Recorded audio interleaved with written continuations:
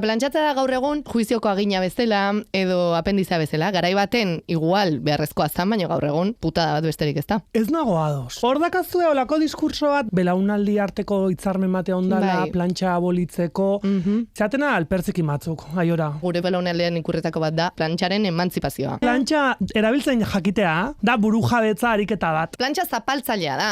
Plantxa izan da, emakumeak azperatzeko enegarren taktika. Zeinek plantxatu du orain arte? Beti, historian zehar, emakumeek. Beraz, nik onartuko nuke plantxa bueltatzen. Balin eta bakarrik gizonek plantxatzen balin badute. Bat, ez da plantxa bueltatzea, plantxa ez da jun.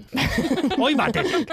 Eta bi, ez nahi esatea, ez plantxatzeala emantzipatzailea, Bai. eta gero Santo Tomasa Kristianian eta zuzure bluxatxoa jantzina dezunean, esatea amai, ama, mesedez, alezu plantxatu. Plantxatu gabe jutea, simurra jutea, estetikoki ere mugimendu bat izan diteke. Aldarrikapen batekin. Astakeri bat. Plantxena emateu gauza badala, ez daukala garrantziarik, edo, jendea garrantziak endu nahi dio. Ehungintza industria atzean, aiora, jandizuete burua. Eta hemen gutxira, esango izuete, jo, eske garbigailua gaizki daue, energia gastatzen da, ez da jasangarria. Eta aiora, hasiko zate arropa ez garbitzen. Detxegorria gaina horak entorria. Seguru, ez dula garbigailoti pasa. Eta hortik angero etorrikoa, jo, ez zebaz dago arropa erabilera bakarrekoa.